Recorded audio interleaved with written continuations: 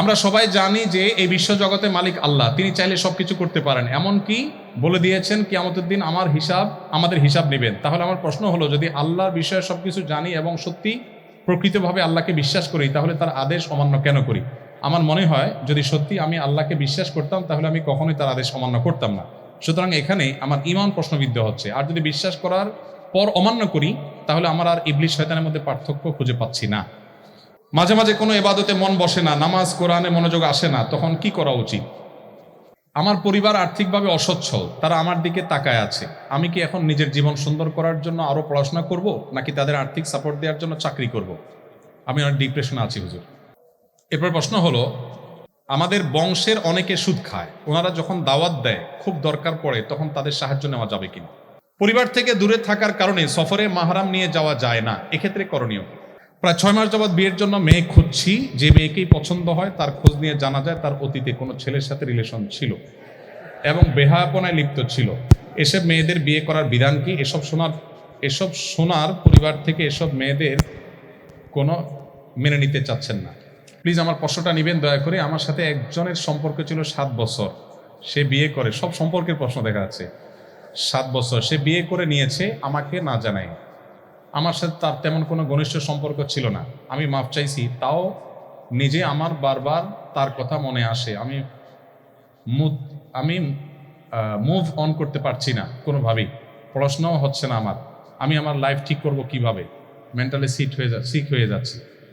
ছেলেদের উপর একটা মেয়ের দায়িত্ব, তাই মেয়েদের চাকরি করাটা উচিত না, এতে পর্দা সঠিকভাবে পালন করা হয় না। কিন্তু পরিবারের দায়িত্ব যদি মেয়ের উপরে থাকে, তখন মেয়ে কি করবে? এরপরের প্রশ্ন হলো, আমার কাকির উপর হঠাৎ করে জিনে আসর করে, আর আমাদের পরিবারের সবাই সুন্দরভাবে আপ্যায়ন করে। পরিবারের সবাই যার যার প্রবলেমের জন্য পরামর্শ চায়। আমার কাকিও সবাইকে পরামর্শ দেন, পানি পড়া দেন। ইসলামের দৃষ্টিতে এগুলো বৈধ কিনা পরামর্শ চাচ্ছে। ভার্সিটির কাজের ক্ষেত্রে ছেলেদের সাথে কথা বলতেই হয় আমাদের, এ ব্যাপারে পরামর্শ দিন। ওদের টাকা লেনদেন করে, কিন্তু মেয়ের বাবা এটার সাথে জড়িত না। তারা একই বাড়িতে বসবাস করে, কিন্তু তাদের সংসার আলাদা। এমত অবস্থা ওই বাড়িতে কি বিবাহ বন্ধনে আবদ্ধ হওয়া যাবে? কোনো মুসলমানের সন্তান র্যাগ ডে পালন করতে পারবে কি না? এই অপসংস্কৃতি থেকে যুব সমাজকে মুক্ত করতে করণীয় কি? মেয়েরা কি হুডি পরতে পারবে? আচ্ছা, তাহলে আমরা দ্রুততার সাথে শুরু করি। আপনাদের যে পরিমাণ প্রশ্ন আমার কাছে আসছে, এরকম আরো কয়েকটা ভাগ আছে। আমার মনে হয় এগুলো টানা 3-4 দিন রিপ্লাই করলে ইনশাল্লাহ হয়তো শেষ করা যেতে পারে আর কি। তো আমি অবশ্য কোনো প্রশ্ন ফেলি না সাধারণত, প্রশ্নগুলো সবাই আমি সাথে নিয়ে যাবো ইনশাল্লাহ। আমাদের অন্য কোনো প্রশ্নোত্তরের সেশনে, লাইভ অনুষ্ঠানে আমরা ইনশাল্লাহ আপনাদের গুরুত্বপূর্ণ প্রশ্নগুলো উত্তর আমরা দেওয়ার চেষ্টা করবো। সবগুলো হয়তো উত্তর আমি দিতে পারবো, যতটুকু সম্ভব আমি রিপ্লাই করার চেষ্টা করছি। আমি চলে যাচ্ছি আর দেরি না করে, তাহলে বিসমিল্লাহ। আমরা সবাই জানি যে এই বিশ্বজগতে মালিক আল্লাহ, তিনি চাইলে সবকিছু করতে পারেন। এমনকি বলে দিয়েছেন কিয়ামতের দিন আমাদের হিসাব নেবেন। তাহলে আমার প্রশ্ন হলো, যদি আল্লাহর বিষয়ে সবকিছু জানি এবং সত্যি প্রকৃতভাবে আল্লাহকে বিশ্বাস করি, তাহলে তার আদেশ অমান্য কেন করি? আমার মনে হয় যদি সত্যি আমি আল্লাহকে বিশ্বাস করতাম, তাহলে আমি কখনোই তার আদেশ অমান্য করতাম না। সুতরাং এখানে আমার ঈমান প্রশ্নবিদ্ধ হচ্ছে। আর যদি বিশ্বাস করার পর অমান্য করি, তাহলে আমার আর ইবলিস শয়তানের মধ্যে পার্থক্য খুঁজে পাচ্ছি না। এই প্রশ্ন যিনি করেছেন, আমি তাকে বলতে চাই, বিষয়টাকে এত সহজে কনক্লুশনে নিয়ে আসার কোনো সুযোগ নেই। কেন? আমরা বিশ্বাস করি যে আমি যদি রাষ্ট্রের কোনো আইন অমান্য করি, তাহলে আমাকে শাস্তি পেতে হবে। এটা জানার পরও আমরা কি আইন অমান্য করি না? আমাদের এই আইন অমান্য করাটা কি এইটা প্রমাণ করে যে আমি আসলে রাষ্ট্রের আইন বলে কিছু আছে যে এটাকে বিশ্বাস করি না? ব্যাপারটা কি তাই? ঠিক একইভাবে যদি কেউ আল্লাহর প্রতি বিশ্বাস রাখা সত্ত্বেও তিনি অপরাধে গুনাহে লিপ্ত হন, আল্লাহর অবাধ্য হন, তার মানে হলো আল্লাহর প্রতি বিশ্বাসে তার উইক আছে, দুর্বল আছে। এটা তিনি বেঈমান হয় না। এর ফলে পৃথিবীতে একটা সম্প্রদায় আছে যারা মনে করে কোনো মানুষ যদি মুসলমান হওয়ার পর কোনো অপরাধে লিপ্ত হয়, সে ইসলাম থেকে খারিজ হয়ে যায়। এটা তাদের সেই চরমপন্থী যারা, তাদের বিশ্বাস বা আকিদা। এটা আহলে সুন্নাত জামা বা সত্যপন্থীদের, কোরআন সুন্নাহর অনুসারীদের আকিদা নয়। আমরা বিশ্বাস করি কোনো মুসলমান তিনি নিজে আল্লাহর প্রতি বিশ্বাস থাকা সত্ত্বেও যদি অপরাধ কর্মে লিপ্ত হন, তাহলে তার মুসলমানিত্বটা দুর্বল, তার বিশ্বাসটা উইক, জাস্ট এইটুকু। এই লোকটা ইসলাম থেকে খারিজ হওয়া এত সহজ নয়। মানুষকে ইসলাম থেকে খারিজ করার আগে বহুবার ভাবতে হবে আমাদের। মাঝে মাঝে কোনো ইবাদতে মন বসে না, নামাজ কোরআনে মনোযোগ আসে না, তখন কি করা উচিত? মনোযোগ না আসার অনেক কারণ। এর ভিতরে সবচেয়ে বড় কারণ হলো আমাদের সোশ্যাল মিডিয়ার আসক্তি। আমাদের ডাক্তার নাবিল ভাই এক্ষেত্রে অনেক ভালো বলেন, মাশাআল্লাহ। আমি তো টিপিক্যাল হুজুর মানুষ, আমি হুজুরি ওয়াজ করব, আপনাদের সাদামাটা কথা বলবো। উনি সায়েন্সের ছাত্র, তিনি সায়েন্স দিয়ে সুন্দর করে বোঝান। ওনাকে বিভিন্ন সময় ফোন টোন করি আমি, কখনো ফোনে পাওয়ার কোনো পথ নাই। উনি দিনে একটা সময় মোবাইল খোলেন, ওই এক সময় সব কিছু দেখেন বা ধরেন। সেদিন ঢাকা মেডিকেল কলেজে সিরাজ সেমিনারে স্বাধীনতা পদকপ্রাপ্ত ডাক্তার কিডনির কি যেন স্যারের নাম, কামরুল ইসলাম স্যার সম্ভবত, ওনার সাথে একই সেমিনারে ছিলাম। তো উনি বলছেন স্টুডেন্টদেরকে যে দেখো, আমার কোনো স্মার্টফোন নাই বাবারা, আমি একটা বাটন ফোন চালাই। তোমাদের কি মনে হয় যে এখনকার জ্ঞানে বিজ্ঞানে তোমাদের চাইতে আমি খুব বেশি পিছিয়ে আছি? তো আমাদের ইবাদতে মনোযোগ না থাকার অন্যতম কারণ হলো এ আসক্তি। আমি বিভিন্ন সময় বলি, আজও আপনাদেরকে বলছি, আমার এই ফোনে ফেসবুক বা ইউটিউবের অ্যাপ নাই, অথচ আপনারা অনেকে আমাকে ফেসবুক হুজুর হিসাবে জানেন, আপনারা অনেকে আমাকে ইউটিউব হুজুর হিসাবে জানেন, কিন্তু আমার মোবাইলে ফেসবুক বা ইউটিউবের অ্যাপ নাই। কখনো বিশেষ প্রয়োজন হলে, ইমার্জেন্সি লাগলে ডাউনলোড করে কাজ সেরে সাথে সাথে আবার আনইনস্টল করে ফেলি। আমি ইনস্টল করে সাথে সাথে আবার আনইনস্টল করে ফেলি। তো ইবাদতে মনোযোগ নষ্ট হওয়ার জন্য সবচেয়ে বেশি দায় এইটা। এর পাশাপাশি আমাদের গুনাহগুলো আমাদের মনোযোগ নষ্ট করে দেয়। সেজন্য তাকওয়া এবং গুনাহমুক্ত পরিবেশ আমাদের জন্য খুব বেশি গুরুত্বপূর্ণ। আমি ইতিকাফে বসার নিয়ত বা মানত করেছিলাম, কিন্তু যদি না মানি তাহলে কোনো ক্ষতি হবে কিনা? ইতিকাফে বসার যদি মানত করেন যে আল্লাহ এই কাজটা হলে আমি ইতিকাফ করব, তাহলে ইতিকাফটাকে করতে হবে যদি সেই কাজটা হয়ে যায়। কারণ মানত করে ফেললে যদি লিগ্যাল এবং বৈধ মানত হয়, সেটা পূরণ করা ওয়াজিব হয়। আমার পরিবার আর্থিকভাবে অসচ্ছল, তারা আমার দিকে তাকায় আছে। আমি কি এখন নিজের জীবন সুন্দর করার জন্য আরো পড়াশোনা করব, নাকি তাদের আর্থিক সাপোর্ট দেওয়ার জন্য চাকরি করব? আমি অনেক ডিপ্রেশনে আছি হুজুর। যে ভাই প্রশ্নটি করেছেন তাকে বলতে চাই, এটা আসলে ভ্যারি করবে পরিবারের অবস্থার উপরে। যদি এমন হয় যে আপনি একমাত্র ব্যক্তি যে পরিবারের এফোর্ট দেওয়ার মতো ফিনান্সিয়াল, এবং আপনি যদি উপার্জন না করেন তাহলে পরিবার না খেয়ে মারা যাবে, দুঃসহ দিনাতিপাত করবে, বাবা মার মানবেতর কষ্ট হবে, তাহলে আপনার জন্য ইসলামী শরিয়াত দৃষ্টিকোণে আপনার পড়াশোনা করে কেরিয়ার বিল্ড আপ করার চাইতে উপার্জন করে তাদের জীবন রক্ষা করা বেশি গুরুত্বপূর্ণ। এটা হলো যদি এই পর্যায়ে হয়। যদি ব্যাপারটা এরকম হয় যে না, তারা মোটামুটি জীবন ধারণ করতে পারছে, আমি বরং পড়াশোনা করলে তাদেরই আরো ভালো করে জীবন যাপন করার সুযোগ আসবে, তাহলে আপনি পড়াশোনা কন্টিনিউ করাটাই বেশি গুরুত্বপূর্ণ হবে। এটা ভ্যারি করবে। এই জন্য সবচেয়ে ভালো হয় আপনি ভালো দক্ষ কোনো আলেমের কাছে আপনার পুরো অবস্থা বর্ণনা করে তারপর আপনি সমাধান নেবেন। তবে এক্ষেত্রে পড়াশোনা ছেড়ে দেওয়া এটা কোনো আবশ্যক বা জরুরি না। পড়াশোনা কন্টিনিউ করেও আপনি তাদের একান্ত প্রয়োজনীয় ভরণ পোষণ, জানাহা নয় জীবন ধারণ করার জন্য সেটা ব্যবস্থা করতে পারেন। আমি যখন বাংলাদেশের সবচেয়ে বড় মাদ্রাসা হাটাজারি মাদ্রাসার ছাত্র, তখন আমার বাবার জীবনে একটা বিপদ নেমে আসে। তিনি ব্যবসা করতেন, হঠাৎ করে এমনভাবে একটি আঘাত হয়ে পেয়েছেন ব্যবসায়িকভাবে যে একবার নিঃস্ব হয়ে গেছে, বহু টাকা দেনা হয়ে গেছে, এবং এতটা ডিপ্রেসড হয়ে গেছেন তিনি কোনো কাজ করতে পারছিলেন না। আমি তখন ছোট মানুষ ছিলাম, অনেক বেশি বুঝতাম যে তা না। আল্লাহ তাআলা কমন সেন্স দিয়েছেন, সেটা দিয়ে আমি চিন্তা করলাম সবাই হাটহাজারী মাদ্রাসা ভর্তি হওয়ার জন্য স্ট্রাগল করে, বড় মাদ্রাসা ভর্তি হওয়ার জন্য চেষ্টা করে, আমি অলরেডি সেখানে অ্যাডমিট আছি, ভর্তি আছি। আমি তখন সিদ্ধান্ত চেঞ্জ করে সেই মাদ্রাসা ছেড়ে যশোরের একটা মফস্বলের মাদ্রাসায়, অর্থাৎ জেলা পর্যায়ে একটা মাদ্রাসা দরনেমাসায় গিয়ে ভর্তি হলাম, যেটা সাধারণত কেউ করবে না, সেটা করলাম। অর্থাৎ ঢাকা ইউনিভার্সিটি ছেড়ে জেলা পর্যায়ের কোনো একটা কলেজে যা ভর্তি হলাম, এরকম একটা পর্যায়ে ভর্তি হয়ে যশোর যুব প্রশিক্ষণ কেন্দ্র এখনো আছে, সেখানে আমি ইমামতির দায়িত্ব নিলাম। 600 টাকা মাসে বেতন আমার। এই টাকা প্রতি মাসে বাবার হাতে তুলে দিতাম। একটা বাইসাইকেল সেখানকার একজন সিনিয়র ইনস্ট্রাক্টর ছিলেন জামালপুরের, তিনি আমাকে কিনে দিলেন মাদ্রাসা আসা যাওয়ার জন্য। ওখানে 5 ওয়াক্ত ইমামতি করি, মানুষকে কোরআন শরীফ পড়াই, এবং এর মধ্য দিয়ে আমি আমার পড়াশোনা চালাই। আবার মাঝে বাবার সংসার চলার জন্য মাসে 600 টাকা দিই। আমার মনে পড়ে 4 বছর আমি ইমামতি করেছি, এই 4 বছরে 48 মাসে কখনো 600 থেকে 6 টাকা আমি কেটে রাখি নাই। 600 টাকার সম্পূর্ণটুকু বাবার সংসারে দিয়েছি। এই 600 টাকা পরিপূর্ণ বাবার হাতে তুলে দিয়ে বাবাকে হেল্প করার চেষ্টা করেছি। আমার 600 টাকা তার হয়তো একটু উপকার হইলেও হবে, সেই জায়গা থেকে আমি চেষ্টা করেছি। আমি নিজে কখনো শখ করে কোনো কিছুই করি নাই, 6 টাকাও কখনো রাখিনি। নিজের একান্ত কিছু প্রয়োজন হলে সেটা বাবার কাছে আলাদা চেয়ে নিয়েছি, ভিন্ন বিষয়। এভাবে করে আমি আমার 4 বছর কাটিয়েছি এবং কয়েক কিলোমিটার বাইসাইকেল চালিয়ে প্রতিদিন ক্লাস করা, ক্লাস পরবর্তী কোচিং টাইপ যে মাদ্রাসায় তাকরার হয়ে থাকে সেটা করা, সব করতাম। ইমামতি 5 ওয়াক্ত করা, কোরআন শরীফ পড়ানো, সব একসাথে এট এ টাইম কন্টিনিউ করতাম।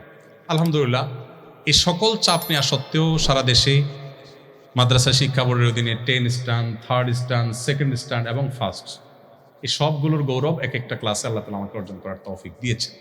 আমি গর্ব করছি না, শুকরিয়া আদায় করছি। আপনাদের সাথে শেয়ার করার উদ্দেশ্য হলো, চাইলেই আমরা একটু টিউশনি করে, একটু কষ্ট করে, একটু পরিশ্রম করে আমাদের পরিবারের পাশে আমরা দাঁড়াতে পারি। শুধুমাত্র অহেতুক সময় নষ্ট করে সিরিয়াসনেস যদি আনতে পারি, পড়াশোনা চালানোর পাশাপাশি আমরা চাইলে অনেক কিছু করা সম্ভব। আজকাল আমাদের তরুণদের মধ্যে এই প্রচেষ্টাটার প্রচণ্ড ঘাটতি দেখা যায়, তারা এই চেষ্টা করতে রাজি না। আপনি যদি চেষ্টা করেন, আমার মনে হয় আপনার সমন্বয় করা কঠিন হবে না। এরপর প্রশ্ন হলো, আমাদের বংশের অনেকে সুদ খায়, ওনারা যখন দাওয়াত দেয়, খুব দরকার পড়ে, তখন তাদের সাহায্য নেওয়া যাবে কিনা? যদি কেউ সুদের কারবারে জড়িত হয় আপনার বংশের, সেক্ষেত্রে অ্যাজ এ মানুষ বা অ্যাজ এ মুসলমান তার সাথে আপনার কোঅপারেশন করতে, সহযোগিতা করতে আল্লাহ তাআলা বাধা দেন না। তবে তার হারাম উপার্জন আপনি ভোগ করবেন না, সে ব্যাপারে আপনি সতর্ক থাকবেন। অন্য উপার্জন থেকে পারলে আপনি বেনিফিটেড হতে পারেন, বাকি তার সাথে আপনার কোঅপারেশন বা অন্য সাধারণ সহযোগিতা থাকতেই পারে। পরিবার থেকে দূরে থাকার কারণে সফরে মাহরাম নিয়ে যাওয়া যায় না, এক্ষেত্রে করণীয়। যে সমস্ত বোনরা পড়াশোনা করেন, নিজের বাড়ি থেকে অনেক দূরে আসেন, ইসলামের শরিয়ার নির্দেশনা হলো, পড়াশোনা শুধু নয়, যে কোনো কাজে আপনি যাবেন, যদি আপনি দূরে যান, সফরের দূরত্বে যান, 75 কিলোমিটার বা আরো কম, আরো বেশি পথ যদি আপনি পার হন, তাহলে সেক্ষেত্রে আপনার কোনো মাহরাম পুরুষ সাথে থাকতে হবে। কেন মাহরাম পুরুষ থাকতে হবে? এটা আপনার প্রাইভেসি রক্ষার জন্য, যাতে করে আপনি কোনোভাবে ক্ষতিগ্রস্ত না হন, আপনার নিরাপত্তার প্রয়োজনে। আপনি যদি বলেন যে না, আমার নিরাপত্তার এটা প্রয়োজন নেই, তো আমি বলবো যে একজন নারীও যদি নিগৃহীত হন বা কোনোভাবে জুলুমের শিকার হন, তো শরীয়ত সেই পথটা জানে বন্ধ হয়, সেজন্য বিধান রেখেছে। বিধান মাহরাম সাথে নিয়ে আপনি যেতে পারেন। মাহরাম আপনাকে রেখে আসলো হোস্টেলে, এরপরে মাহরাম চলে আসলো, আপনি পড়াশোনা করছেন, পর্দা পুশিদার মধ্যে থেকে যদি করতে পারেন, শরীয়ত সেখানে কোনো বাদ সাধে না, আপনার জন্য সেই স্বাধীনতা শরীয়ত দিয়েছে। কিন্তু সফরের দূরত্ব যদি হয়, তাহলে মাহরাম আপনার সাথে যেতে হবে। যদি না যায়, তাহলে আপনি গুনাহগার হবেন। মাহরামের যে তালিকা সেটা খুব দীর্ঘ, শুধু বাবা আর ভাই না, অতএব যে কোনো মাহরাম আপনার সাথে যেতে পারেন। অবশ্য বিশেষ বিবেচনায় মহিলাদের অন্যান্য মহিলাদের সাথে যদি যায়, সেখানে নিরাপত্তার কোনো সমস্যা হলে অন্য মেয়েরা তাকে ধরতে পারবে, এরকম পরিস্থিতি তৈরি হলে ক্ষেত্র বিশেষে অনেক ওলামা ইকরাম ফতোয়া দিয়েছেন যে সেটা করা যাবে। মাহরাম নাই, অন্যান্য মেয়েদের সাথে যদি সহযাত্রী হয়ে যান, এটা স্পেশাল এবং বিশেষ বিশেষ ক্ষেত্রে। প্রায় 6 মাস যাবৎ বিয়ের জন্য মেয়ে খুঁজছি, যে মেয়েকেই পছন্দ হয় তার খোঁজ নিয়ে জানা যায় তার অতীতে কোনো ছেলের সাথে রিলেশন ছিল এবং বেহায়াপনায় লিপ্ত ছিল। এসব মেয়েদের বিয়ে করার বিধান কি? এসব শোনার পরিবার থেকে এসব মেয়েদের কোনো মেনে নিতে চাচ্ছেন না। দেখুন,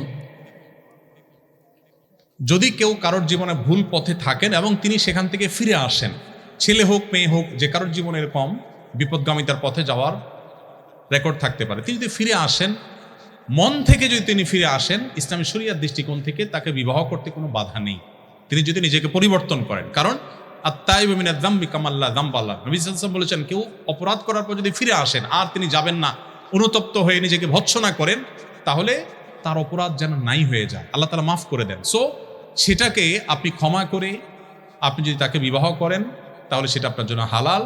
কোনোভাবে তার পেছনের সেই অপরাধ কর্মকে তুলে খুঁচিয়ে খুঁচিয়ে তাকে কষ্ট দেওয়া, এটা আপনার জন্য উচিত হবে না। বিবাহের আগে হারাম সম্পর্ক ছিল কিনা অনেকে খুঁটিয়ে খুঁটিয়ে এগুলো জিজ্ঞাসা করেন। ইসলামের নির্দেশনা হলো যে কোনো অপরাধ করার পর সেটা বলে বেড়ানো বা প্রকাশ করাটা আরেকটা অপরাধ। এটাকে প্রকাশ করার ভিতরে কোনো ব্যাটাগিরি নেই। আল্লাহর কাছে বলে চোখের পানি ফেলে মাপ চাইতে হয়, মানুষের কাছে এটা বলার ভিতরে কোনো কল্যাণ নেই। তবে এর মানে এই না যে আরেকজনকে প্রতারিত করার কথা বলা হচ্ছে। যদি হয়ে যায়, অনুতপ্ত হয়ে মাপ চাইতে হবে এবং এদেরকে বিবাহ করা শরীয়তে নাজায়েজ নয়। তবে হ্যাঁ, আপনি যদি মনে করেন যে আমি পবিত্র মানুষকে জীবনসঙ্গী হিসেবে ধারণ করবো, সেটা অবশ্যই আপনার গুড চয়েস, সেটা আপনার ভালো রুচির ব্যাপার, সেটা আপনি করতে পারেন। কিন্তু এরকম মানুষকে বিবাহ করতে শরীয়তের দৃষ্টিকোণে কোনো নিষেধাজ্ঞা নেই। প্লিজ আমার প্রশ্নটা নেবেন দয়া করে। আমার সাথে একজনের সম্পর্ক ছিল 7 বছর, সে বিয়ে করে, সব সম্পর্কের প্রশ্ন দেখা যাচ্ছে। 7 বছর সে বিয়ে করে নিয়েছে আমাকে না জানায়। আমার সাথে তার তেমন কোনো ঘনিষ্ঠ সম্পর্ক ছিল না। আমি মাফ চাইছি, তাও নিজে আমার বারবার তার কথা মনে আসে। আমি মুভ অন করতে পারছি না কোনোভাবেই, পড়াশোনাও হচ্ছে না আমি আমার লাইফ ঠিক করব কিভাবে? মেন্টালি সিক হয়ে যাচ্ছি। যারা এরকম অনেকেই প্রশ্ন করেন, যদি এরকম কারোর ছ্যাঁকা খাওয়ার রেকর্ড থাকে, তাদেরকে আমি বিনয়ের সাথে বলবো, যাকে আপনি ভুলতে পারছেন না, আপনার এই সরলতা দেখে আমার করুণা হয়, আমার মায়া হয়। কেন করুণা হয়, কেন মায়া হয়? কারণ যে আপনাকে ছাড়া আরেকজনের সাথে বিবাহ করে সুন্দর জীবন যাপন করছে, আপনি তাকে ভুলতে পারা উচিত। কারণ আপনার যাকে প্রয়োজন হয় নাই, এটা জানার পর আপনার বোঝা উচিত যে আপনি ভুল জায়গায় ছিলেন। এখন সে যদি একটা বিয়ে করে সুখী থাকে, আপনি ছেলে হয়ে থাকলে আপনার সামর্থ্য থাকলে 4টা বিয়ে একসাথে করা উচিত, যাতে তার কাছে প্রমাণ করা যায় যে তুমি যদি আমার ছাড়া সুখী থাকতে পারো, তোমার চাইতে আমি বেশি সুখী আরো। এটা হলো বেটাগিরি। আর আদা বেটাগিরি হলো আপনি যেটা বললেন, আপনার মন খারাপ, আপনি কান্নাকাটি করছেন। কেন আপনি কান্নাকাটি করবেন? আপনার কিসে দুর্বলতা আছে? আপনার তো দুর্বলতা নেই, কেন কান্নাকাটি করবেন? হারাম সম্পর্ক থেকে আল্লাহ তাআলা উদ্ধার করেছেন, সামহাও যেভাবে হোক দুজনের পথ দুইটা হয়ে গেছে, আল্লাহর কাছে শুকর আদায় করেন এবং শুদ্ধতার পথে ফিরে আসেন। আর এগুলো যৌবনের ভ্রম, একটা সময় খুব খারাপ লাগে, এগুলো দেখবেন একসময় নিজেরই হাসি পাবে, যখন ছেলে মেয়ে হয়ে যাবে বড়, তখন দেখবেন আরে কত পাগলামি ছাগলামি জীবনে করেছি। ওদের টাকা লেনদেন করে, কিন্তু মেয়ের বাবা এটার সাথে জড়িত না, তারা একই বাড়িতে বসবাস করে, কিন্তু তাদের সংসার আলাদা। এমত অবস্থা ওই বাড়িতে কি বিবাহ বন্ধনে আবদ্ধ হওয়া যাবে? বেশিরভাগই বিবাহ সংক্রান্ত প্রশ্ন এখানে দেখলাম। স্বাভাবিক, বেশিরভাগই আপনারা অবিবাহিত, বিয়ের প্রশ্নই করবে, এটাই স্বাভাবিক, আলহামদুলিল্লাহ। তবে ইসলাম একজনের অপরাধকে আরেকজনের উপরে চাপায় না। মেয়ের দাদা সুদের কারবার করছে, তো তার দায় মেয়ের দাদা। মেয়ের বাবা সুদের কারবার করে নাই, সো এটা মেয়ের বাবার উপরে বর্তাবে না। আপনি নিশ্চিন্তে আপনার শ্বশুরের মেয়ে বিয়ে করতে পারেন। ছেলেদের উপর একটা মেয়ের দায়িত্ব, তাই মেয়েদের চাকরি করাটা উচিত না, এতে পর্দা সঠিকভাবে পালন করা হয় না। কিন্তু পরিবারের দায়িত্ব যদি মেয়ের উপরে থাকে, তখন মেয়ে কি করবে? ছেলেদেরকে আল্লাহ তাআলা দায়িত্ব রেখে দিয়েছেন যে ছেলেরা উপায় উপার্জন করে কামাই করে সংসার চালাবে। পশ্চিমাদের লাইফস্টাইল অবশ্য ভিন্ন। তাদের সিস্টেম হলো ছেলে মেয়ে দুইটাই চাকরি করবে, বাসা ভাড়া দুইজনে হাফ হাফ শেয়ার করবে, রান্না বাড়া বাজার সদাই সব হাফ হাফ শেয়ার করবে। তাদের এই আইডিয়া তারা এক্সপেরিমেন্ট করেছে, প্রতিষ্ঠিত আছে, কিন্তু তারা সুখী নেই, সংসারগুলোর অবস্থা ভয়াবহ। আমরা যারা এদিকে আছি তারা আলহামদুলিল্লাহ সেই তুলনায়, অর্থাৎ এই অঞ্চলের শুধু মুসলমানরা, এই অঞ্চলের হিন্দু মুসলমানরা সবাই ওই দিক থেকে তাদের চাইতে আলহামদুলিল্লাহ ভালো অবস্থানে আছে। তো এই ক্ষেত্রে আমি বলবো, ছেলে উপার্জন করবে। কোনো মেয়ে যদি এরকম পরিস্থিতিতে পড়ে যে তার সংসার চালাবার জন্য তিনি ছাড়া আর কেউ নাই, শরীয়ত তাকে ঘরে বসে না খেয়ে মরে যেতে বলে না। তিনি অবশ্যই শরিয়া স্বীকৃত পদ্ধতিতে তিনি ব্যবসা করতে পারেন। তিনি চাইলে পর্দার মধ্যে থেকে যদি চাকরি করার মতো কোনো স্কোপ থাকে সেটা করতে পারেন। আসুন্নাহ ফাউন্ডেশন থেকে আমরা এই ধরনের বোনদের জন্য আমাদের দেশের জাতীয় দক্ষতা উন্নয়ন কর্তৃপক্ষের অনুমোদন নিয়ে, লাইসেন্স নিয়ে আমরা একটা প্রতিষ্ঠান করেছি, আসুন্নাহ স্কিল ডেভেলপমেন্ট ইনস্টিটিউটের অধীনে আমাদের প্রশিক্ষণ নির্ভর কাজ আমরা প্রচুর পরিমাণে করছি। তার আওতায় আমরা এই ধরনের মেয়েদের যারা অসহায়, তাদের জন্য আমরা স্মার্ট টেইলারিং এর কোর্সের ব্যবস্থা করেছি। 3 মাস সম্পূর্ণ আবাসিক কোর্স এবং 80% পর্যন্ত আমরা স্কলারশিপ দিয়ে থাকি। কারণ যদি কোনো টাকা পয়সা না থাকে, তাদেরকে আমরা বাকি টাকাটা পকেট থেকে দিয়ে হলেও 100% স্কলারশিপ দিয়ে থাকি। তাদেরকে ট্রেনিং দেওয়ার পর আমরা বলি প্রায় 60,000 টাকার উপাদান বা বিভিন্ন উপকরণ আমরা দিয়ে দিই, সেলাই মেশিন থেকে নিয়ে সুই সুতা এভরিথিং আমরা দিয়ে দিই, দিয়ে বলি আপনি এবার বাসায় চলে যান, প্রোডাক্ট তৈরি করেন আপনার প্রাপ্ত প্রশিক্ষণের আলোকে। সেই প্রোডাক্টগুলো আমি আবার আমাদের ফাউন্ডেশনের বিভিন্ন প্রোগ্রামে স্টল করে তাদের সেই প্রোডাক্টগুলো সেল করে দেই, তারা সমস্ত তাদের টাকাটা তুলে তারা নিয়ে যান। এভাবে আমাদের এই বোনদেরকে স্বাবলম্বী করবার জন্য আমরা ফাউন্ডেশন থেকে কাজ করছি। আপনারা পড়াশোনার শেষে বা আপনাদের ছাত্র জীবনে আপনারাও ইনশাআল্লাহ এ ধরনের বোনদের, অসহায় বোনদের জন্য যদি আপনারা উদ্যোগী হন, তাহলে আমাদের একটি বোনও তাদের সামান্য 2টি পয়সার জন্য তাদের চরিত্র, তাদের সম্ভ্রম, তাদের ইজ্জত, তাদের পর্দাকে কোথাও ভুলণ্ডিত হতে দিতে হবে না ইনশাআল্লাহ। তো আমি আশা করব আপনারা মানবতার সেবায় সেখানে কাজ করবেন এবং ভূমিকা রাখবেন। এরপরের প্রশ্ন হলো, আমার কাকির উপর হঠাৎ করে জিনে আসর করে, আর আমাদের পরিবারের সবাই সুন্দরভাবে আপ্যায়ন করে, পরিবারের সবাই যার যার প্রবলেমের জন্য পরামর্শ চায়, আমার কাকিও সবাইকে পরামর্শ দেন, পানি পড়া দেন, ইসলামের দৃষ্টিতে এগুলো বৈধ কিনা পরামর্শ চাচ্ছে। জিনে ধরা রোগী বেশিরভাগ ক্ষেত্রে রোগী ধরার পরে ওই রোগী নিজে ডাক্তার হয়ে যায়, এটা গ্রামাঞ্চলে খুব বেশি প্রচলিত আছে। দেখুন, লম্বা কথা বলার সুযোগ নেই, অনেক রাত হয়েছে, শুধু এটুকু বলি, আপনারা সায়েন্সের মানুষ সবাই, জিনের অস্তিত্বকে বিজ্ঞান আমি যতটুকু জানি যে স্বীকার করে না। শুধু এই একটি বিষয় যদি আপনি নির্মোহভাবে নিরপেক্ষভাবে সত্যানুসন্ধানের দৃষ্টিতে আপনি যদি জিনের অস্তিত্ব আঁচ করতে চেষ্টা করেন, আপনার ইমানদার হওয়ার জন্য একটা জিনিসই যথেষ্ট, আর কিছু লাগবে না, যে জিনের অস্তিত্ব আছে না নেই। যে সমস্ত মানুষের উপরে জিনের প্রভাব পড়ে এবং নানাভাবে তারা এফেক্টেড হয়, সে মানুষগুলোকে খুব কাছে থেকে যদি দেখার সুযোগ, আমার জীবনে বহুবার দেখার সুযোগ হয়েছে, আপনার ইমানের মিটার তত্তর করে বেড়ে যাবে। কিভাবে? কোরআনে কারিমের তেলাওয়াত তাদের ট্রিটমেন্টের কাজ করে, জাস্ট গুলি যেরকম কাজ করে এরকম কিভাবে কাজ করে আপনি দেখার পর আপনার ইমান বেড়ে যাবে ইনশাআল্লাহ। কিন্তু এখানে অন্য একটা কাহিনী হলো, মানসিক রোগীকে জিনের রোগী বানায়া ব্যবসা করার একটা প্রবণতা, টেন্ডেন্সি আছে। সাধারণ রোগীকে জিনের রোগী বানানো, সুস্থ মানুষকে জিনের রোগী বানানোর টেন্ডেন্সিও আছে। এই কবিরাজের ব্যবসা করা মানুষজন যারা আছে, তাদের কাছে যদি আপনার 50 বছর আগে মারা যাওয়া দাদার সম্পর্কে জিজ্ঞাসা করেন যে ওনাকে একটু দেখেন তো, তারা অনেক সময় গায়েবীভাবে দেখে এর জিনে ধরছে কিনা, জাদু করছে কিনা, তো বলবে যে হায় হায় শেষ করে ফেলছে, আর কিছুদিন হলে সে মারা যাবে, পরে সে 50 বছর আগে মারা গেছে। তো এরকম বাটপারি চিটারির কারণে আমরা অনেকে বিষয়টাকে গুলিয়ে ফেলেছি। ভার্সিটির কাজের ক্ষেত্রে ছেলেদের সাথে কথা বলতেই হয় আমাদের, এ ব্যাপারে পরামর্শ দিন। আল্লাহ রাব্বুল আলামিন বলেছেন ওয়াকুলনা কাওলাম মা'রুফা, মেয়েরা যদি কোনো প্রয়োজনে ছেলেদের সাথে কথা বলতে হয়, সেই কথাটা হবে স্বাভাবিক এবং প্রয়োজনীয় কথা, অপ্রয়োজনীয় কথা না। ইনবক্সে গিয়ে হাই, কি খাইলা, কি করো, এসব ফাও আলাপ করতে শরীয়ত নিষেধ করে। কারণ এই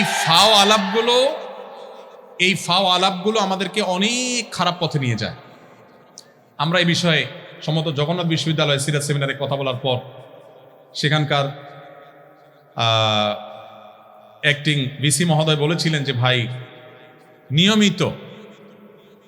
নিয়মিত এই ইস্যুতে আমাদের বিচার এবং দেন দরবার করা লাগে। ওই যে হাই থেকে শুরু হয়েছে, এরপরে নাই হয়ে গেছে।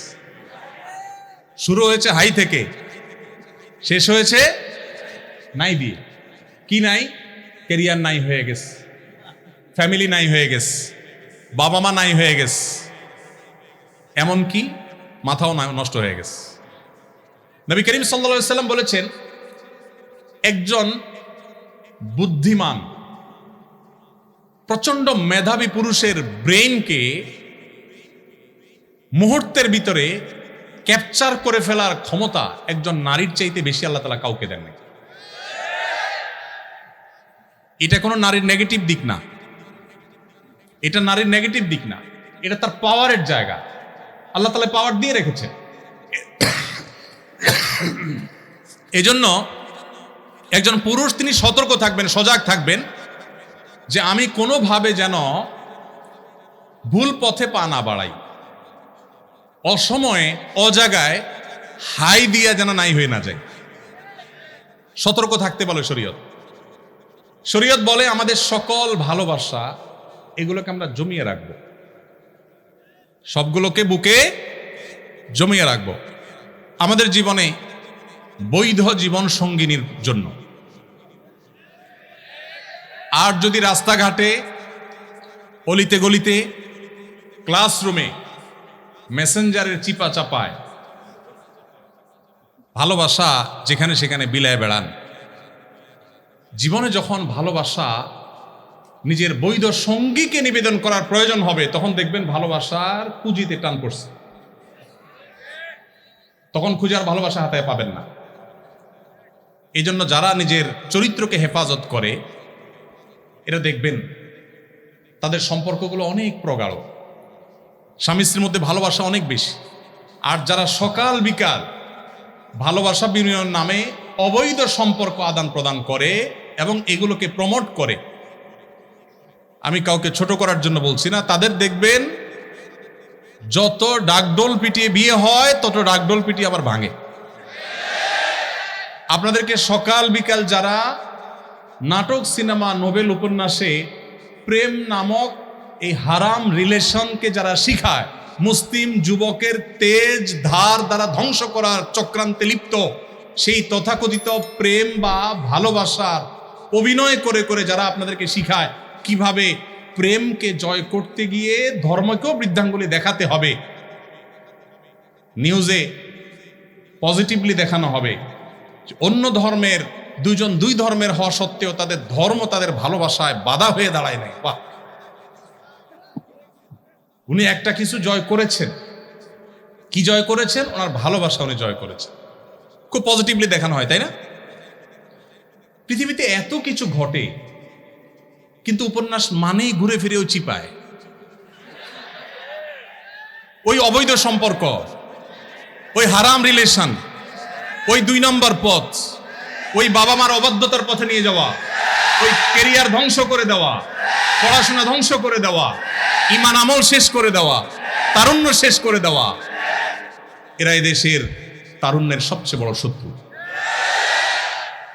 এদেশে যত আত্মহত্যা করেছে তরুণেরা অপরিণত বয়সে প্রেম নামক এই অবৈধ রিলেশন করতে গিয়ে, যত বাবা মায়ের বুক খালি হয়েছে, যত বাবা মায়ের সাথে সন্তানের সম্পর্ক নষ্ট হয়েছে, যত সন্তান ঘর ছাড়া হয়েছে, যত তরুণের পড়াশোনা ধ্বংস হয়েছে, যত তরুণের ক্যারিয়ার নষ্ট হয়েছে, যত মানুষের চাকরি জীবন ধ্বংস হয়েছে, যত সংসার ভেঙেছে, যত বাচ্চারা মা বাবার স্নেহহারা হয়েছে, এই সবগুলোর জন্য তথাকথিত বিবাহ বহির্ভূত অবৈধ ভালোবাসার প্রমোটাররা আসামি। এরা কেউ এই সমস্ত অপরাধের দায় এড়াতে পারে না। এরা আপনাকে সকাল বিকাল অভিনয় করে দেখাবে কিভাবে প্রেমকে জয় করতে হয়। মা বাবার অবাধ্য হয়েও নিজের অবৈধ কাজের সঙ্গীর হাত ধরে চলে যেতে হবে, সমাজকে বৃদ্ধাঙ্গুলি দেখিয়ে, মা বাবাকে বৃদ্ধাঙ্গুলি দেখিয়ে এটাকে পজিটিভলি তারা তুলে ধরবে। হ্যাঁ, অবশেষে নাটকে, সিনেমায়, নোবেলে প্রেমের জয় হয়েছে, মা বাবা হাসছে, সবাই খুশি মাইনে নিছে। এসব যারা সারাদিন দেখায় আপনাদেরকে, মানে প্রেমের যারা প্রশিক্ষক, আপনাদের এই 2 নম্বর কাজের যারা প্রশিক্ষক, এই প্রশিক্ষক বেচারাদের দুরবস্থা হলো, দেখবেন তাদের এক একজনের জীবনে 5টা, 7টা, 9টা, 10টা বিয়ে হয়েছে। যত আওয়াজ করে বিয়ে হয় তত আওয়াজ করে ভাঙে। এরা নিজেরাই তো ব্যর্থ। এরা আপনাদেরকে কি প্রেম শিখাবে? প্রেম শিখবেন মসজিদের ইমাম সাহেবের কাছে, প্রেম শিখবেন মাদ্রাসার হুজুরের কাছে। বউ ছাড়া বেচারা কিচ্ছু বুঝে না, নিজের ভালোবাসা সব উজাড় করে দিয়েছে তার বৈধ সঙ্গীর জন্য। আকাম কুকাম করে অজায়গায় কুজায়গায় ভালোবাসা বিলায় না। পশ্চিমাদের মোরালিটি শেষ হয়ে গেছে। আমি একটা কথা জোরালোভাবে বলি, জ্ঞানে, বিজ্ঞানে, তথ্য প্রযুক্তিতে, অবকাঠামোতে, অন্য অনেক বিষয়ে পশ্চিমারা যদি আমাদের চাইতে 200 বছর এগিয়ে থাকে, পরিবার ব্যবস্থাপনায় আমরা তাদের চাইতে 500 বছর এগিয়ে আছি। আপনারা তাদের কাছ থেকে জ্ঞান বিজ্ঞান নেন, আমার আপত্তি নেই। আপনারা তাদের কাছ থেকে অন্যান্য ভালো দিকগুলো নেন, আমার আপত্তি নেই। কিন্তু তাদের বস্তা পচা সস্তা বিবাহ বহির্ভূত রিলেশনের এই বিষ বাষ্প যদি আপনার সমাজে আমদানি করেন, তো মনে রাখবেন, আজ জাপান, কোরিয়া, ইটালি, যে দেশগুলোর নাম বলছি, এর বাইরে উন্নত অনেকগুলো দেশের কথা আমি নিজে জানি। নিজ চোখে তাদের সেই দুঃসহ চিত্র দেখার দুর্ভাগ্য আমার হয়েছে।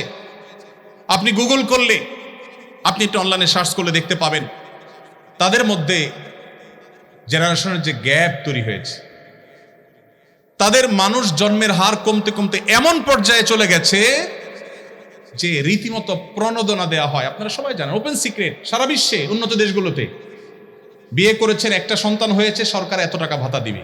দুইটা হয়েছে আরো বেশি, তিনটা হয়েছে আরো বেশি। যারা একসময় জন্ম নিয়ন্ত্রণ করার জন্য সকাল বিকাল আমাদেরকে সবক শিখাইতো, তারা এখন জন্মের হার বাড়াবার জন্য টাকা পয়সা দিয়েও বাড়াতে পারছে না। আমার দেশের ভার্সিটির স্টুডেন্টরা, মেধাবী ছেলেরা এম্বাসিগুলোতে দাঁড়ালেই পটাপট ভিসা দিয়ে দিচ্ছে, হোয়ারেজ আপনার আমার মতো অনেক মানুষ দাঁড়ালে ভিসা দিচ্ছে না, রিজেক্ট করে দিচ্ছে। কেন ভিসা দিচ্ছে? কারণ ওদের তো মানুষ নাই, ওদের মানুষ দরকার, দেশ চালানোর জন্য মানুষ নাই। তাদের বিবাহ বহির্ভূত সম্পর্ক, হারাম রিলেশন, আল্লাহর যে সিস্টেম সেটাকে পরিবর্তন করার প্রবণতা এবং টেন্ডেন্সি তাদেরকে এমন একটা জায়গায় নিয়ে দাঁড় করিয়ে দিয়েছে যে তাদের দেশে এখন মানুষ নাই। মানুষের জন্মের হার কমতে কমতে এমন পর্যায়ে চলে গেছে, একটা দেশ চালাবার জন্য যে মানুষগুলো দরকার সেগুলো পর্যন্ত বাহির থেকে হায়ার করে আনতে হয়। তারা রিফিউজিদেরকে ওয়েলকাম করে, সেটা যতটা না মানবিক কারণে, তার চাইতে বেশি হলো তাদের দেশে যে জনবলের সংকট আছে সেটিকে সমাধান করবার জন্য। মুসলমানের সন্তান, সেই সংস্কৃতি যদি আপনি আপনার দেশে আমদানি করেন, আপনার জীবনে আমদানি করেন, আপনার সমাজ শেষ হয়ে যাবে, পরিবার ধ্বংস হয়ে যাবে। ডক্টর খন্দকার আব্দুল্লাহ জাহাঙ্গীর রহমাল্লাহর একটি চমৎকার কথা আছে। স্যার বলতেন, ইসলামী দণ্ডবিধিতে সবচেয়ে করুণ, সবচেয়ে কঠিন শাস্তির কথা বলা হয়েছে কোন বিবাহিত দম্পতি তারা যদি পরস্পরের মধ্যে হারাম রিলেশনের মধ্যে জড়িয়ে যায়, জেনা করে, সবচেয়ে কঠিন এবং নির্মম শাস্তির কথা বলা হয়েছে। But why? কেন এই নির্মম শাস্তির কথা বলা হয়েছে? দুজন মানুষ, তারা দুইজনে সম্মত হয়ে একটা অপরাধে লিপ্ত হয়েছে, আল্লাহ তাদের শাস্তি দিবেন, ভালো কথা। দুনিয়াতে এত নির্মম শাস্তি কেন? তারা তো কারোর কোনো ক্ষতি করে নাই, সমাজের কোনো ক্ষতি করে নাই। স্যার বলেছেন, তারা সমাজের সবচেয়ে বড় ক্ষতিটা করেছে কি? এই টেন্ডেন্সি যদি ডেভেলপ হয় একটা সমাজে, কি হতে পারে? মানব সভ্যতা হারিয়ে যেতে পারে ওই সমাজ থেকে বা পৃথিবী থেকে। মানুষের মধ্যে সন্তান জন্ম দেওয়ার যে স্বাভাবিক টেন্ডেন্সি, এটা যদি একবার চলে যায়, এটা নতুন করে সৃষ্টি করা কঠিন। পশ্চিমাদের চাইতে কেউ এই সকরুণ পরিস্থিতি ভালো করে উপলব্ধি করতে পারছে না আজ। যারা উন্নত দেশগুলোতে গিয়েছেন, সেখানে পড়াশোনা করেছেন, স্যাররা অনেকে গিয়েছেন, এসে তারা ভালো করে বলতে পারবেন। এই জন্য মুসলিম তরুণ ভাই আমার, আল্লাহর ওয়াস্তে এই অবৈধ সম্পর্ক করে নিজেকে ইউ মনে করেন না। যারা এই অবৈধ সম্পর্কে লিপ্ত হন, আপনি সবচেয়ে সেকেলে, আপনি সবচাইতে আনস্মার্ট, সবচেয়ে স্মার্ট, সবচেয়ে বুদ্ধিমান তরুণ সে, বুদ্ধিমান তরুণী সে, যা তার সমস্ত আবেগ অনুভূতিগুলোকে বৈধ রিলেশনের জন্য জমিয়ে রাখে, অপেক্ষা করে। এত ভালোবাসাবাসি আপনাদের, এরপরে ঘরে ঘরে কেন বিবাহ বিচ্ছেদ এত বাড়ছে? আপনি পত্রিকার পাতা খোলেন, যেই হারে বিবাহ নিবন্ধন হয়, ওই হারে বরং কোনো কোনো ক্ষেত্রে তার চাইতে বেশি তালাকের নিবন্ধন হচ্ছে, ডিভোর্সের নিবন্ধন হচ্ছে। কেন রে ভাই? আমি এই কথাটা বিভিন্ন জায়গায় বলার চেষ্টা করি। আপনাদের যুগে বা আমাদের যুগে এখন ভালোবাসা বিনিময়ের যত রাস্তা আছে, ফেসবুকে লিখে পাঠাতে পারছেন কি আই লাভ ইউ স্ত্রীকে, আমি বৈধ ক্ষেত্রে বলছি, আবার উনিও আপনাকে বলছেন টু। আপনি চাইলে ইমোতে করতে পারছেন, ফোন কলে বলতে পারছেন, মেসেজ পাঠাতে পারছেন, কত কাহিনী করতে পারছেন। সকালে নাস্তা করাচ্ছেন, বিকালে চাইনিজ খাওয়াচ্ছেন, ফুচকা খাওয়াচ্ছেন, চটপটি খাওয়াচ্ছেন, ভালোবাসা দিচ্ছেন, 3 পিস জামা একটা পরে 5টা দিচ্ছেন, বাট ভালোবাসা থাকছে না। সব মেড ইন চায়না হয়ে গেছে। আর আগের যারা ছিলেন আমাদের মুরব্বীরা, এখানে 2-1 মুরব্বী দেখা যাচ্ছে, এই মুরব্বীদের ভালোবাসাগুলো এক একটা সব মেড ইন জাপান, এত স্ট্রং। দেখবেন চাচাকে যদি যায় বলেন, চাচা, চাচির ব্যাপার আমার ডাউট হয়, কার সাথে যেন কথা বলে, দেখবেন কানের নিচে সর্বশক্তি সঞ্চয় করে একটা চড় মেরে দিবে যে বেয়াদব, তুই কল্পনা করলি কিভাবে? কারণ চাচার ওই যে সারা জীবনের বৈধ ভালোবাসা সব জমিয়ে রাখছে, সব দিছে, দুজনের মধ্যে কোনো খাদ ছিল না, ভালোবাসাটা পুরানি খাদ। আর আপনারা, আমরা যারা এই যুগের তরুণরা রাস্তাঘাটে যেখানে সেখানে ভালোবাসা বিলাচ্ছেন, মনে করেন আপনি ভালোবাসার মেশিনে পরিণত হয়েছেন। আপনি ভালোবাসার সবচেয়ে বড় ভিখারি এবং সবচেয়ে বড় অভাবী। আপনার জীবনে প্রেম বলতে আসলে কিচ্ছু নাই, যা আছে সব ভোগের জন্য প্রতারণা এবং প্রবঞ্চনা। আল্লাহর নবীর আনিত এই দ্বীন এবং শরিয়াকে যদি মেনটেন করেন আপনার ব্যক্তিগত জীবনে, আপনার চরিত্র যদি হেফাজত করেন, নবী সাল্লাল্লাহু আলাইহি ওয়াসাল্লাম বলেছেন, মাইয়াহফাজনি মা বাইনা লিহিয়াইহি ওয়া মা বাইনা রিজলাইহি আদমাল্লাহুল জান্নাহ। যে মানুষ, যে যুবক, যে তরুণ, যে মুসলমান নিজের দুই চোয়ালের মধ্যবর্তী অঙ্গ অর্থাৎ তার মুখকে এবং তার দুই পায়ের মধ্যবর্তী অঙ্গ অর্থাৎ তার সম্ভ্রমকে রক্ষা করতে পারবে, এগুলো সে হারাম পথে ব্যবহার করবে না, এই দায়িত্ব এবং গ্যারান্টি যে যুবক যুবতী, যে মানুষ নিবে, নবী সাল্লাল্লাহু আলাইহি ওয়াসাল্লাম বলেছেন কিয়ামতের দিন আল্লাহর কাছ থেকে জান্নাত পাইয়ে দেওয়ার দায়িত্ব আমি নিলাম। চ্যালেঞ্জ গ্রহণ করা যাবে ইনশাআল্লাহ। আল্লাহ আমাদেরকে তৌফিক দান করুন। পশ্চিমাদের ভালো জিনিসগুলো নেবেন, এই সমস্ত ফালতু জিনিস নেবেন না। আল্লাহ আপনাদের আমাদের সবাইকে হেফাজত রাখার তৌফিক দান করুন। মেয়েরা কি হুডি পড়তে পারবে? মেয়েরা কি হুডি পড়তে পারবে? দেখুন, আল্লাহ রাব্বুল আলামিন আমাদেরকে, পুরুষ এবং নারী সবাইকে, পৃথিবীতে আল্লাহর যত সৃষ্টি আছে এই সৃষ্টিগুলো ব্যবহারের ব্যাপক সুযোগ দিয়েছে। আমরা হারাম হারাম শুনতে শুনতে অনেক সময় মনে করি, এই যে প্রশ্ন আসছে মনে, যে হুডি পরা যাবে, আবার হালাল না হারাম। আমরা অনেকে হয়তো জানি না, কোরআনে কারিমে আল্লাহ তাআলা হারামের তালিকা দিয়েছেন, হালালের কোনো তালিকা দেন নাই। হারামের তালিকা দিয়েছেন কেন? কারণ সিলেক্টিভ কয়েকটা আইটেম শুধু হারাম, আর বাকি সব হালাল। ইসলামী ফিকহের একটা গুরুত্বপূর্ণ প্রিন্সিপাল হলো, মূলনীতি হলো যে আল আসলু ফিল আশিয়াই আল ইবাহা। সৃষ্টি জগতের সবই মানুষের জন্য হালাল, সব। যেগুলো আল্লাহ তাআলা নিষেধ করেছেন শুধুমাত্র ওই আইটেমগুলো বাদে বাকি সব হালাল। হারামের তালিকা আল্লাহ কোরআনে উল্লেখ করেছেন, হুররিমা আলাইকুমুল মাইতাতু ওয়াদ-দামু ওয়া লাহমুল খিনজিরি ওয়া মা উহিল্লা লিগাইরিল্লাহ। তোমাদের জন্য রক্ত হারাম করা হয়েছে, রক্ত, এটা আমাদের স্বাস্থ্যের জন্য ক্ষতিকর। মৃত প্রাণী হারাম করা হয়েছে, শূকর হারাম করা হয়েছে। এটা অবশ্য বুঝে আসে না শূকর হারাম কেন করা হয়েছে। পৃথিবীর বহু মানুষ শূকর খায়, কিন্তু তারা ভালো আছে, সমস্যা নাই, বোঝা যাচ্ছে। তাহলে কেন হারাম করেছেন? ওই যে আল্লাহ রাব্বুল আলামিনের সব টেকনোলজি আমাদের বোঝা জরুরি না।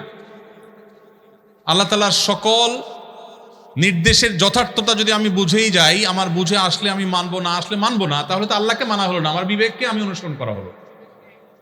আল্লামা ইকবালের একটি চমৎকার কবিতা আমি বিভিন্ন সময় কোট করি। তিনি বলেছিলেন, जो समझ में आ गई वो फिर खुदा क्यों कर हुआ। যাকে আপনার ব্রেইনে ক্যাপচার করে ফেলতে পেরেছেন, তিনি আবার আল্লাহ কিভাবে হলেন? আল্লাহ তো তিনি যার সকল আদেশ নিষেধের যথার্থতা, যৌক্তিকতা আপনি সবগুলো উদ্ঘাটন করতে পারবেন না। কোনোটা 500 বছর পরে হবে, কোনোটা 1000 বছর পরে মানুষ আবিষ্কার করবে, কোনোটা 5000 পরে মানুষ আবিষ্কার করবে। যে এই নির্দেশ এই জন্য দেওয়া হয়েছে, এই যথার্থতা আজকে বুঝে এসছে। কোভিড-19 সময় আমরা দেখেছি নবী করিম সাল্লাল্লাহু আলাইহি সাল্লামের 1500 বছর আগে বলা ঐতিহাসিক হাদিসগুলো মনে হচ্ছিল যে আজকের এই 2021, 22, 23-এর এই কোভিড-19 বাস্তবতার সময়ের জন্য বোধহয় তিনি বলেছেন। তিনি বলেছেন, কোন এলাকায় যখন মহামারী হয় তোমরা সে এলাকা থেকে বের হয়ে যাবে না, আর বাহির থেকে কেউ প্রবেশও করবে না। আমরা শাটডাউন দেখেছি, লকডাউন দেখেছি। নবী সাল্লাল্লাহু আলাইহি ওয়াসাল্লাম এই হাদিসের সাথে যদি আপনি মেলাবার চেষ্টা করেন, মনে হবে যে আজকের জন্য বোধহয় তিনি হাদিসটা বলেছেন। ওয়ারেস বলেছেন 1500 বছর আগে, 1500 বছর পরে এসে আমাদের কাছে সেদিন আলো মতো পরিষ্কার হয়েছে। ওযু করার আগে তিনি আমাদেরকে কবজি সহ 3 বার আগে হাত ধুইতে বলেছেন। 3 বার। কেন 3 বার? একবার ধুলে তো হইতে পারত। আমরা কোভিড-19 সময় দেখেছি ডাক্তাররা আমাদেরকে বলছেন 20 সেকেন্ড ধরে ধুইতে হবে। আপনি যদি ওযুর আগে 3 বার হাত ধোন ডলে ডলে, তো দেখবেন যে আপনি 20 সেকেন্ড হয়ে গেছে হয়তোবা। তো এইভাবে নবী করিম সাল্লাল্লাহু আলাইহি সাল্লামের বহু আদেশ নিষেধ, আল্লাহ তাআলা বহু আদেশ নিষেধ, যেটার যৌক্তিকতা, যথার্থতা হয়তো আমার এখন বুঝে আসছে না, পরে আসবে। আমার বুঝে আসা সবসময় জরুরি না, বরং অনেক কিছু বুঝে না আসাটাই যৌক্তিক। যাই হোক, তো যেটি বলছিলাম, কোরআনে আল্লাহ তাআলা হারামের তালিকা উল্লেখ করেছেন। শুকর আল্লাহ কেন হারাম করেছেন, সেখান থেকে কথাগুলো আসলো। কেন হারাম করেছেন? হয়তোবা আরো 200 বছর পরে আবিষ্কার হবে, মানুষ আবিষ্কার করবে, গবেষণা করে বের করবে যে এর মধ্যে কি সমস্যা আছে, কেন আল্লাহ তাআলা হারাম করেছেন। হয়তোবা মানুষ আবিষ্কার করতেই পারবে না, কিন্তু নিশ্চয়ই এর ভিতরে কল্যাণ নিহিত আছে। তো হারামের তালিকা উল্লেখ করে আল্লাহ তাআলা বলেছেন, ওয়া উহিল্লা লাকুম মা ওয়ারাআ যালিক। এই যে হারামের তালিকা উল্লেখ করা হলো, এর বাইরে যা কিছু আছে সব তোমাদের জন্য হালাল। তাহলে মানুষের জন্য সবকিছু কি হালাল। ঠিক একইভাবে পোশাকের ক্ষেত্রে আল্লাহ তাআলা আমাদের কিছু মূলনীতি দিয়েছে। ছেলেরা পোশাকের ক্ষেত্রে টাকনুর নিচে পড়বে না, পায়ের গিরার নিচে তাদের পোশাক উপরের দিক থেকে যাওয়া পোশাকগুলো যাবে না, মুজা বা যেগুলো থাকেই নিচে সেগুলো ভিন্ন, জামা প্যান্ট পাজামা চাদর এগুলো টাকনুর নিচে পুরুষরা পরবে না। কেন পরবে না? ওই আবার চলে আসে সেই প্রশ্নের উত্তর যে আল্লাহ তাআলা কেন নিষেধ করেছেন বা রাসূল সাল্লাল্লাহু আলাইহি ওয়াসাল্লাম কেন নিষেধ করেছেন, এর মধ্যে কি ধরনের ক্ষতি আছে যে অন্তর্নিহিত ক্ষতিটা আমরা বুঝি না, সেটা আল্লাহ তাআলা ভালো জানেন, কিন্তু অবশ্যই তার যৌক্তিকতা বা বাস্তবতা আছে। তো পোশাকের ক্ষেত্রে এরকম 2-3টা বা মেইন কয়েকটা মূলনীতি দেওয়া আছে। এই মূলনীতিকে মেনটেন করে আপনি কি হুডি পরবেন, না চাদর পরবেন, না কানটুপি পরবেন, না মাফলার পরবেন, না রুমাল পরবেন, না কি কাঁথা পরবেন, না কম্বল পরবেন, সেটা আপনার। অর্থাৎ শরীয়ত ক্ষেত্রে আপনাকে অবারিত স্বাধীনতা দিয়ে রেখেছে।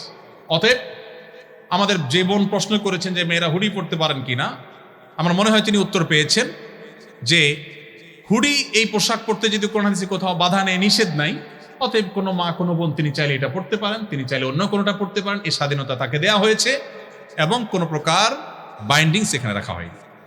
আমাদের সমাজে আপনারা লক্ষ্য করবেন ইসলামকে এমনভাবে চিত্রায়িত করার চেষ্টা করে একটা ক্ষুদ্র অংশ এই সমাজের একটা নির্দিষ্ট চক্র, যে ইসলাম মানে আতঙ্কের একটা ব্যাপার স্যাপার। ইসলাম আসলে মনে হয় যে সব শেষ হয়ে যাবে, কেউ মনে কিছু করতে পারবে না, হুডি পড়তে পারবে কিনা মেয়েরা এটা টেনশনের ব্যাপার হয়ে গেছে।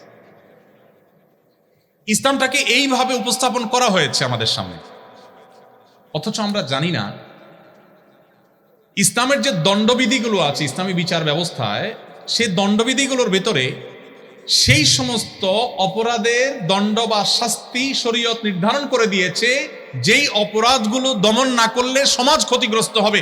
কোনো ব্যক্তি নিজে যদি জাহান্নামের অতল তলেও চলে যায় সেটার জন্য শরীয়ত কোনো দণ্ড স্থাপন করে নাই। চুরি, এটা যদি নিয়ন্ত্রণ করা না যায় সমাজ কি স্থিতিশীল হবে না অস্থিতিশীল হবে? এজন্য চুরির শাস্তি কোরআনে আছে। ডাকাতি যদি ব্যাপক হারে বেড়ে যায়, রাহাজানি বেড়ে যায়, জনজীবন বিপর্যস্ত হবে, সেজন্য ডাকাতির শাস্তি কোরআনে বলা আছে। হোয়ারেজ একজন মানুষ যদি এক ওয়াক্ত নামাজও না পড়ে, সমাজের মানুষের ক্ষতিগ্রস্ত হওয়ার কোনো ব্যাপার সেখানে থাকবে? এজন্য ইসলামের সবচেয়ে গুরুত্বপূর্ণ নির্দেশ, ইমানের পরে নামাজ যদি কেউ না পড়ে তার জন্য কোনো দণ্ডবিধি বা কোনো দণ্ড কোরআন বা হাদিসে কোথাও নেই। যারা ইসলামকে আতঙ্কের একটা বিষয় হিসাবে উপস্থাপন করেন তারা মূলত আমাদেরকে ইসলাম সম্পর্কে একটা ভুল বার্তা দিয়ে রেখেছেন। আমরা অনেক মুসলমানরাও মনে করি যে ইসলাম আসলে বোধহয় আমরা একটু ভালো করে দাঁড়াইতেও পারবো না, ভালো করে বসতেও পারবো না, এমন এমন বিদঘুটে এবং আজব আজব চিন্তা আমাদের মাথায় আসে, প্রশ্ন আমাদের মাথায় আসে, মনে হয় ইসলাম মানে একেবারে আমাদের টাইট হয়ে থাকতে হবে। অথচ একজন মানুষ তিনি যদি নামাজ না পড়েন চরম শাস্তি তার জন্য আল্লাহ তাআলা দিবেন, কিন্তু দুনিয়াতে ইসলামী শরিয়াতে কোনো দণ্ডবিধি রাখা হয় নাই, কারণ তার নামাজ না পড়ার কারণে তিনি ক্ষতিগ্রস্ত হবেন, সমাজে তার কোনো এফেক্ট হয়তো অন্যদের উপরে পড়বে না সরাসরি, সো তার জন্য কোনো দণ্ড নাই যে নামাজ না পড়লে এত বেত্রাঘাত করতে হবে, এতদিন জেল জরিমানা হবে, কোনো দণ্ডের কথা শরীয়ত বলে দেয় নাই। এভাবে বহু এক্সাম্পল আমি দিতে পারবো যেগুলো দিনের আলো মতো পরিষ্কার করে দিবে আপনার কাছে যে ইসলাম যে সমস্ত কঠোরতা অবলম্বন করেছে সেগুলো মানুষের সমাজের স্থিতিশীলতার প্রয়োজনে, মানুষকে অপরাধ থেকে বাঁচাবার প্রয়োজনে। আমি শুধু একটা কথা বলে অন্য প্রশ্নে চলে যাচ্ছি, সেটা হলো এই যে আমাদের দেশে প্রচুর পরিমাণ সড়ক দুর্ঘটনা হয়, একের পর এক সড়ক দুর্ঘটনা হয়, যার যা সে বুঝে কি হারিয়েছে, কিন্তু কোনো বিহিত নেই। ইসলামী শরিয়ার বিধান অনুযায়ী যদি কারোর ভুলেও কেউ মারা যায়, একজন ড্রাইভার তার ভুল ড্রাইভিংয়ে কেউ মারা গেছে, তাহলে সেক্ষেত্রে যে ব্যক্তি মারা যাবে, নিহত হবেন, ওই ব্যক্তির পরিবারকে এই ব্যক্তি যার ভুলের কারণে মারা গেল সে 100 ওঁটের সমমূল্য পরিশোধ করতে হবে রক্তমূল্য স্বরূপ, অর্থদণ্ড। কেন? 100 ওঁটের সমমূল্য যদি পরিশোধ করা হয়, একটা মানুষের জীবনের মূল্য 1 লক্ষ ওঁট দেওয়া হবে না, কিন্তু যাতে করে সবাই সতর্ক থাকে, কারোর যেন তেন ভুলের কারণে অন্য আরেকটা মানুষের জীবন বিপন্ন না হয় সেজন্য ইসলাম আমাদেরকে সতর্ক করেছে, সর্বোচ্চ মানুষের জীবনের নিরাপত্তা নিশ্চিত করবার উদ্যোগ নিয়েছে। আমি জানি না পৃথিবীর কোন দেশের আইনে কি আছে, কিন্তু আমাদের দেশের আইনে অন্তত এরকম অ্যাক্সিডেন্টে মারা গেলে যাদের আত্মীয় স্বজন মারা যায় তাদেরকে 5,000 10,000 টাকা করে অনেক সময় লাশ দাফন করার জন্য দেওয়া হয়। এটা হলো তাদের সাথে তামাশা করার নামান্তর। একটা পরিবারের উপার্জনক্ষম একদম ব্যক্তি বা যে কোনো একজন ব্যক্তি মারা যাওয়ার পর ওই পরিবার কতটা ক্ষতিগ্রস্ত হয় এটা একমাত্র তারাই জানে যারা সাফারার হয়। আমি নিজে সৌদি আরবে যখন ছিলাম প্রবাসে, এক বাংলাদেশি ভাই মসজিদের একজন মুয়াজ্জিন ছিলেন, বৃদ্ধ মানুষ, আমার সাথে ভালো পরিচয় ছিল। অনেকদিন পরে শুনতে পারলাম যে ভদ্রলোক রোড অ্যাক্সিডেন্টে মারা গেছেন। কি হয়েছে? উনি ফজরের সময় রাস্তা ক্রস করে আসছিলেন, মসজিদে আজান দিবেন, এর মধ্যে একটা প্রাইভেট গাড়ি এসে ওনাকে আঘাত করেছে, উনি স্পট ডেড মারা গেছে। পরে আমরা খবর নিলাম যে লোকটার কি হয়েছে। সেখানে থাকাকালীন সময় আমার ডিউটির মধ্যে একটা কাজ ছিল, মাঝে মধ্যে আমাকে কোর্টে যেতে হতো। বাংলাদেশি কোনো আসামি থাকলে তাদের মধ্যে জাজদের দোভাষী হিসাবে কাজ করার জন্য মাঝে মধ্যে আমাদের ডাক পড়তে যেতে হতো। তো এই ভদ্রলোকের বিষয়টা আমি মনিটর করলাম এবং জানলাম যে ওই যে ইসলাম শরিয়ার নির্দেশ অনুযায়ী 100 ওটের মূল্য দিতে হবে। 100 ওটের মূল্য হিসেব করলে কত কোটি টাকা হবে আল্লাহ জানে, আমি একজাক্ট হিসাব বের করতে পারবো, তবে বিপুল পরিমাণ অর্থ। এটা ওই ব্যক্তির পরিবারের কাছে যেন পৌঁছানো হয়, সেজন্য যেই ভদ্রলোকের গাড়ি অ্যাক্সিডেন্টে মারা গেছে উনি নিজে পুলিশ ছিলেন, তাকে জেলে পোরা হলো এবং যতদিন পর্যন্ত এই টাকা পরিশোধ করতে না পারবে ততদিন পর্যন্ত জেলে থাকবেন। এত টাকা পরিশোধ করার ক্ষমতা না থাকলে নিহত ব্যক্তির পরিবারের হাতে পায়ে ধরে তাদের কাছ থেকে যদি কমায় নিতে পারে, মাফ নিতে পারে, তাহলে বের হতে পারে। এটাই ইসলামের নির্দেশ। এখন দেখুন এই যে কঠোরতা ইসলাম অবলম্বন করেছে, কেন? মানুষের জীবন নিরাপত্তার প্রয়োজন। ইসলামের বিধিবিধানের যত কঠোরতা আছে সেগুলো আমাদের কল্যাণার্থে, অন্য কিছু নয়। এই একটি বিষয় যদি আমরা আমাদের মধ্যে ধারণ করতে পারি, ইসলাম নিয়ে আমাদের যে আতঙ্ক সৃষ্টি করা আমাদের সমাজে সেটি দূর হয়ে যাবে। অনেক সময় যারা ইসলামের কথা বলি, আমরাও ইসলামকে ভুলভাবে উপস্থাপন করি, এমনভাবে উপস্থাপন করি মানুষ ভীত সন্ত্রস্ত হয়ে আতঙ্কিত হয়, সেটি আমাদের ভুলের জায়গা। তো এই জন্য মেয়েরা শুধু হুডি পড়াই নয়, অন্য যত ক্ষেত্রে স্বাধীনতা শরীয়ত দিয়েছে সকল স্বাধীনতা তারা ভোগ করতে পারবে। এটা তাদের চয়েসের ব্যাপার। চয়েসের ব্যাপারে শরীয়ত আমাদেরকে কোনো প্রকার হস্তক্ষেপ সচরাচর করে না, আমাদের একান্ত বিশেষ কোনো সিলেক্টিভ যদি কোনো ইস্যু থাকে সেটার বিষয়ের বাইরে। রাত অনেক হয়েছে, অনেক প্রশ্ন আমার কাছে আছে। শেষ একটা প্রশ্ন, এটা গুরুত্বপূর্ণ খুব বেশি মনে হচ্ছে, যদি আমি শেষ করছি ইনশাআল্লাহ। এবং বাকি যে প্রশ্নগুলো আছে, ওয়াজ মাহফিলের একটা স্টাইল আছে, সেটা হলো বক্তা কথাবার্তা বলে ভাই অনেক কথা বলার ছিল, বলতে পারলাম না, আগামী বছর দাওয়াত পাইলে ইনশাআল্লাহ আমি চেষ্টা করব। তো আমি সেই স্টাইলে মাননীয় উপাচার্য মহোদয় এবং অন্যান্য আমার বড় ভাই এবং পিতৃতুল্য শিক্ষকবৃন্দকে বলতে চাই, আবারও আপনারা দাওয়াত দিলে ইনশাআল্লাহ বাকি প্রশ্ন উত্তর দেবো ইনশাআল্লাহ। তবে আজকে শেষ প্রশ্নের উত্তর দিচ্ছি, কোনো মুসলমানের সন্তান র্যাগ ডে পালন করতে পারবে কি না? এই অপসংস্কৃতি থেকে যুব সমাজকে মুক্ত করতে করণীয় কি? দেখুন, র্যাগ ডে, র্যাগ শব্দের অর্থ আমি যতটুকু জানি, শব্দের অর্থ হৈহুল্লোড় এবং লম্পঝম্প, এই টাইপের কার্যক্রম বা এই টাইপের আচরণ, এই হৈহুল্লোড় করা, এটা র্যাগ শব্দের অর্থ আমি যতটুকু জানি। যদিও র্যাগ শব্দের একটা ব্যাখ্যা আরো বড় আছে, রেইজ অ্যান্ড গিভ, এবং আরো বিভিন্ন রকমের ব্যাখ্যা আছে। আফ্রিকাতে যতটুকু জানি শুরু হয়েছে, পশ্চিমা পৃথিবীর একটা রূপ ছিল যে স্টুডেন্টরা একটা দিন ফান্ড রাইজ করে তারা কোনো একটা দাতব্য প্রতিষ্ঠানকে দেয় বা কোনো একটা সেবামূলক কাজের উদ্যোগ নেয়। এটুকু পর্যন্ত প্রশংসনীয় ছিল। আমাদের দেশে র্যাগ ডের যে রূপ সেটি আমরা সবাই জানি। এখানে উল্টো হয়, র্যাগ ডে উপলক্ষে যে চাঁদা ধরা হয় সেটা অনেক অসহায়, অনেক দুস্থ, অনেক গরিব ফ্যামিলির স্টুডেন্টদেরকেও বহন করতে বাধ্য করা হয়। র্যাগ ডে উপলক্ষে সাদা পোশাক আশাক পরে সেখানে যা তা লিখে, সেখানে নোংরা অশ্লীল কথাবার্তা লিখে তাদের চরিত্রকে ধ্বংস করবার যে মহড়া, যে প্রশিক্ষণ, সেটা হাতে কলমে র্যাগ ডে থেকে নেওয়া হয়ে থাকে।